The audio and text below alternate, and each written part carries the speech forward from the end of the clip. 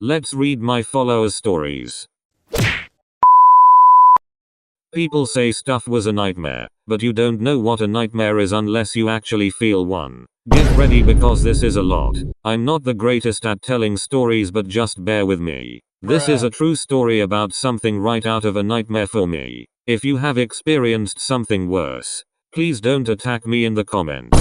This is just my own nightmare of a day. But enough yapping. Let me tell the story.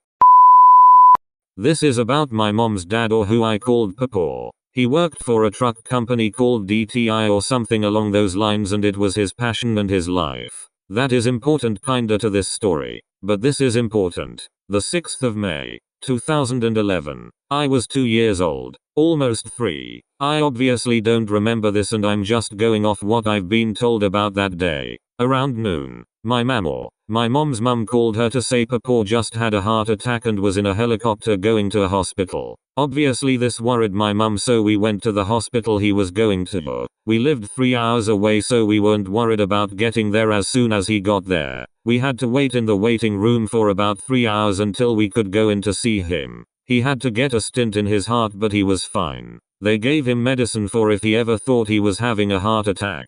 Now we fast forward 11 years later. Here is where the living nightmare begins. The 12th of September, 2022. I was 12 years old, almost 13. I just got into fall break and I wanted to spend the week at my mama and papa's house. That Monday, mama picked me up from my mom's house and got me in the car to go to her house. Nothing out of the ordinary there, or at least for 2 hours and 45 minutes. We got about 15 minutes away from the house and she got a call from the neighbor that the state police was at the door and they knew Papa. IDK how the neighbor knew that, but that is what he said. So this obviously worries mama, and she can only think of 2 scenarios on why they were at the door. Either they were there to take her away for something, or something happened to Papa. So mama tries to get home as fast as possible so she can see them, but they had already left way before.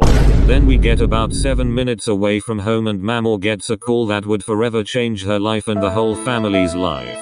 She gets a call from the state police. They don't even ask her if she was driving, out somewhere, or resting. They just tell her the news straight up. As soon as she heard something happened to Papa, she immediately pulled into an empty parking lot. Reminder, I'm still in the car with her. I was in the passenger seat right next to her, and I see the worriedness in her face. So obviously I get worried, and I hear the most blood-curdling yell I have ever heard in my life. And then I hear a sentence that will forever change my life. And it was only 5 words. What? He went off-road. My eyes widened because I didn't believe what I just heard. Then mama yells at me. Call you mum, fighting through tears. So that is what I do. As soon as she answers my phone, before I can let out a hi, mama shouts her name while crying. Before she lets mama say what happened, the first thing she asked was where I was. I answered, and later she ended up telling me that was such a relief. So that was heartwarming. But she was still like, what is going on?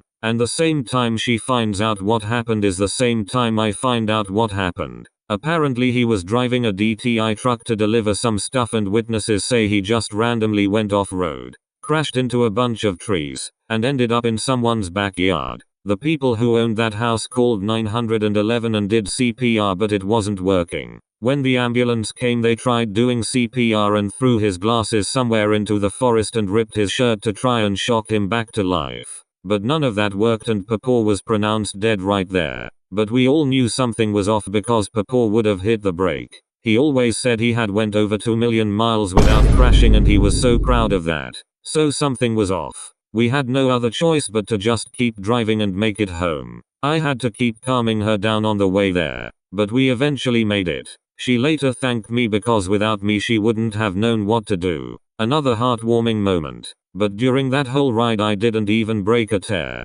Why? Because I wasn't sad. Yet, I was in a state of shock because this all came out of nowhere. Mama started calling everyone who needed to hear what happened. As for me, as soon as I stepped in the house, that is when it finally hit me that Papa, who you have known for your whole life, is gone. I locked myself in the bathroom and had about a 20-minute breakdown. When I was done, I came outside to where everyone was like mama, mum, aunt, uncle, and more family. But I have never seen my uncle cry until that day. He was in the movie theater going to see Halloween Kills, which had just came out, but when he heard Papaw died he ran out of the theater with his girlfriend, now fiance. And I heard from his girlfriend that he ran to the car to leave. But this isn't all. That morning before the crash she found his heart attack medicine on the floor like it had fallen out of his pocket because he took it everywhere he went, but she didn't think anything of it. She just thought she would give it to him when he got home. But we already know how that played out. 2 days after this happens we have to go to this place to confirm it was Papaw and they had the right person.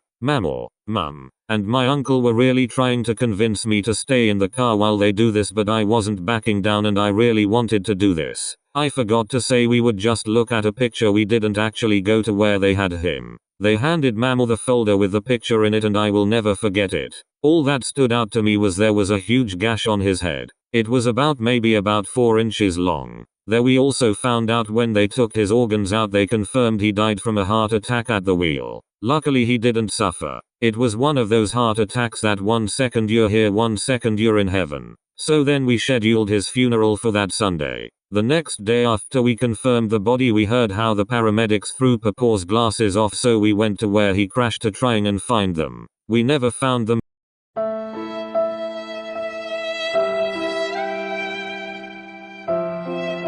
Fast forward to the funeral.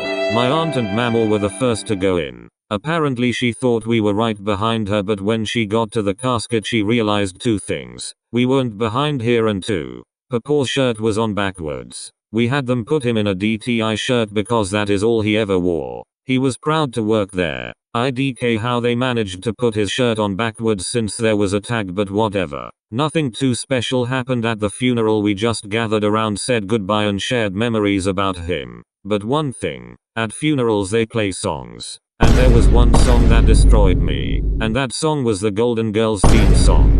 Mainly whenever it said, "Thank you for being a friend." It hits different in those situations. Before I'm done you might be thinking, were there any warning signs that this was gonna happen? Yes, a big one. A week before this all went down, Papaw always slept on the couch. Mamo was walking through the living room and needed to ask Papaw something, so she tried to wake him up but he wouldn't wake up. She tried shaking him, slapping him and a lot more, but he would not wake up. Eventually he did wake up after a minute of trying to get him up. Mamo beats herself up about this still to this day because she should have known something wasn't right. But a week before that, Papaw went to the doctor for his yearly heart rate check or something like that, and his heart rate was 45% below what it should be. He even said that is really IR, so the doctor knew that was low and still passed him. Then we know what happened. Well, I've been working on this for over 3 hours, so I'm gonna stop. There is probably some more stuff I should include, but I've already spent way too long on this.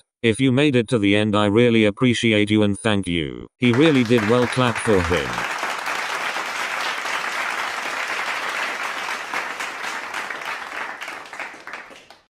If you want to share your story, write it down in the comments.